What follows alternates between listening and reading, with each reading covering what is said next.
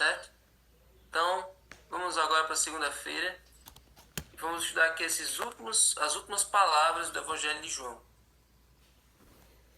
Na verdade, o Evangelho poderia ter acabado no capítulo 20, verso 30 e 31, que diz assim: Na verdade, Jesus fez diante dos seus discípulos muitos outros sinais que não estão escritos nesse livro.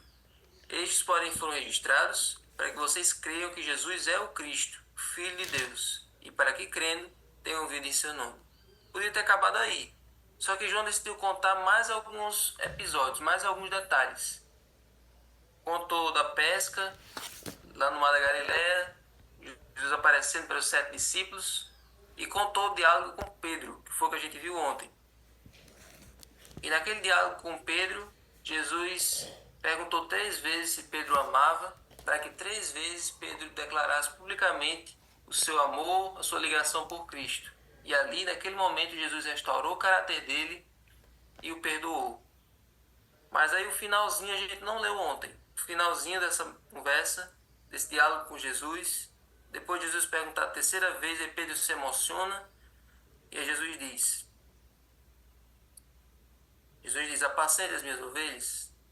Em verdade lhe digo, que quando você era mais moço, você se cingia e andava por onde você queria. Mas quando você for velho, estenderá as mãos, e outro o cingirá, e o levará para onde você não quer ir. Jesus disse isso para significar com que tipo de morte Pedro havia de glorificar a Deus. Depois de falar assim, Jesus acrescentou, siga-me. Naquele momento, Jesus apresentou para Pedro as consequências de seguir a ele. Mostrou os riscos, mostrou os desafios que ele ia enfrentar mais na frente por seguir Jesus. Jesus disse, siga-me, vem atrás de mim, mas eu já vou logo lhe contando o que vai acontecer com você no futuro. Um dia vão amarrar você, um dia vão prender você, vão lhe torturar. Tudo isso são consequências, tudo isso são riscos que você vai enfrentar por estar seguindo a mim, por estar acompanhando os meus passos. Então, várias vezes no seu ministério, Jesus apresentou para os seus seguidores que o discipulado, que o fato de a gente andar nas pisadas de Jesus é realmente seguir cada passo dele. E na jornada de Jesus, Jesus não passou só por coisas boas. Jesus passou por perseguição, Jesus passou por desprezo, Jesus passou por sofrimento, por tortura e até pela morte. Então toda pessoa que segue Jesus não deve esperar apenas encontrar conforto, não deve esperar apenas encontrar coisas boas, coisas agradáveis, apenas um oba-oba, não. Seguir Jesus envolve sacrifício. Seguir Jesus envolve atravessar e passar por dificuldades. Porque o próprio Jesus passou por isso. Deus sofreu a pior das mortes, que é a morte de cruz, e todo aquele peso dos pecados em cima dele, e todo aquele sofrimento físico que ele passou. Então Jesus disse para Pedro, se você for me seguir, inevitavelmente você vai passar por isso. Então já deixou claro. E várias vezes no seu ministério Jesus diz, olha, o Filho do Homem não tem onde reclinar a cabeça. Né? Então, Jesus deixou claro para Pedro, siga-me. Passe por tudo isso, mas siga-me. Porque no mundo vocês vão ter aflições. Mas tenham bom ânimo, porque eu venci o mundo. Se eu estou dizendo para vocês me seguirem e passarem por tudo isso, é porque eu sei que assim como eu venci, vocês vão vencer também. Eu tenho uma coroa preparada para cada um. Então siga-me, venha na minha pisada, venha atrás de mim. E aí Jesus agora convenceu Pedro do seu ministério. Agora que ele restaurou o caráter dele, levantou a moral de Pedro, agora encarregou ele com uma missão. Sempre que Deus nos restaura, sempre que Deus nos restabelece, ele nos dá uma missão, ele nos dá um serviço para fazer. Quando Deus restaurou Elias, lá no Sinai, lá no Horebe, Deus apareceu para ele, naquela voz, naquela brisa suave, restabeleceu Elias, que estava pedindo a morte, e deu uma missão para ele. Você vai ungir fulano, você vai fazer isso, vai fazer aquilo. Então Deus nos dá uma missão.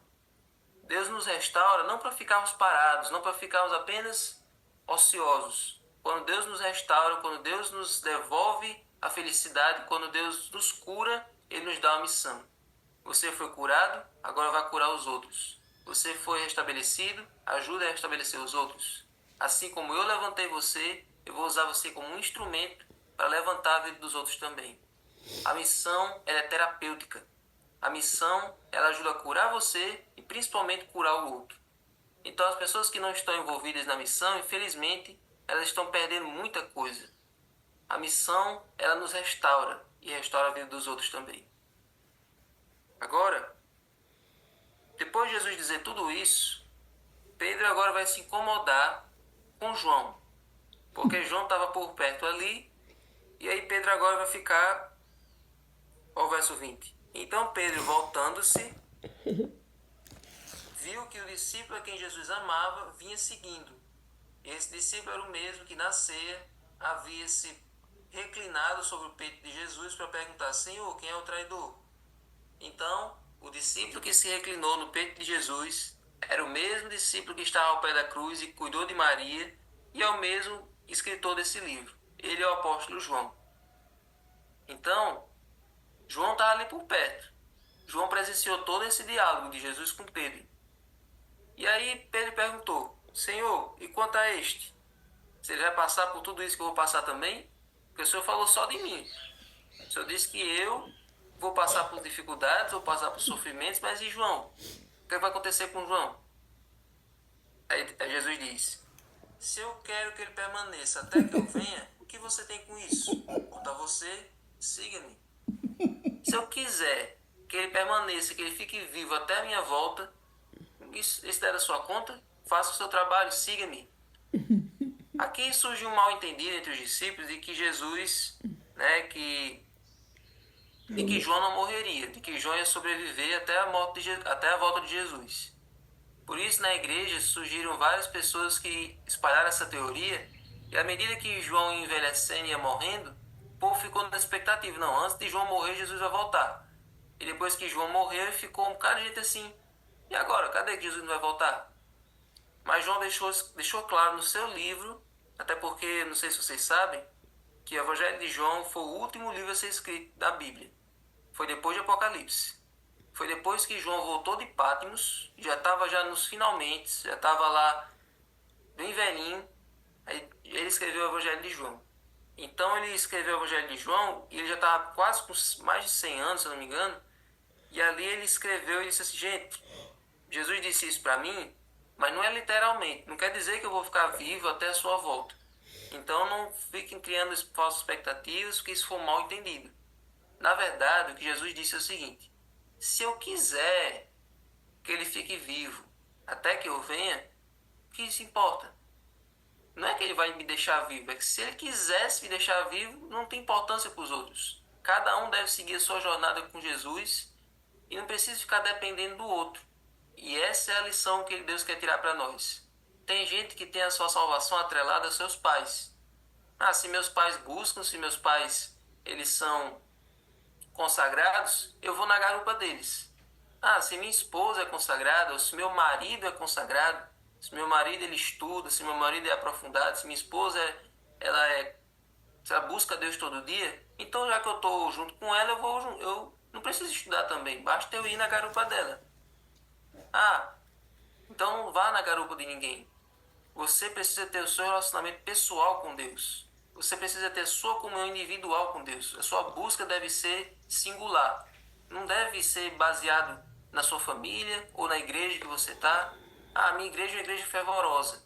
Eu já estou nela aqui, eu não preciso eu buscar. Já tem os outros buscando, é só ir junto. Não. Você deve seguir a sua jornada. O outro tem a jornada dele.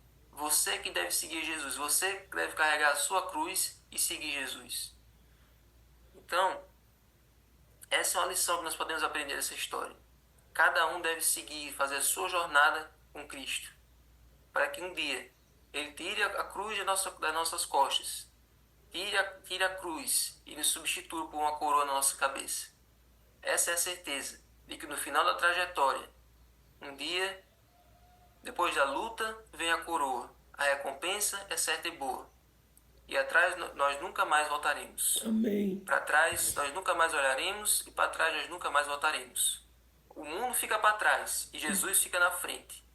E nessa estrada, daquela visão de Ellen White, alguns caem daquele caminho estreito, mas outros permanecem com os olhos fixos em Jesus. E quando chegam lá, Jesus agora abraça e dá a vida eterna. Essa é a certeza que nós temos. Vamos orar? Senhor Deus, aqui, Senhor, nós refletimos sobre o preço do discipulado, refletimos sobre te seguir, o que envolve seguir o Senhor. Estamos dispostos a assumir todos os riscos e seguir-te por onde o Senhor for. Passamos pelo Jordão, fomos batizados, passamos por Jerusalém, passamos por cada passo teu. Se for preciso passar por perseguição, nós passaremos. Se for preciso passar por tortura, por sofrimento, nós também passaremos. E se for preciso passar pela morte, pelo Senhor, nós também passaremos. Sim, Deus. Nos dá força, Senhor, para sustentar essa decisão todos os dias. Que as Sim, tentações Senhor. não façam a gente mudar de ideia. Cuide de cada um aqui, Senhor, para que permaneçamos firmes até o dia da tua volta. Alguns vão descansar antes, alguns vão permanecer vivos, porque nós queremos que o Senhor vai voltar nessa geração. Mas que vivos ou mortos, naquele dia nós estaremos todos restaurados, estaremos todos em pé, para te ver face a face e morar contigo eternamente. Amém, Dá-nos Deus. força, faz-nos estar firmes na missão, que é o que nós vamos estudar agora no serviço cristão. Em nome de Jesus. Amém. Amém.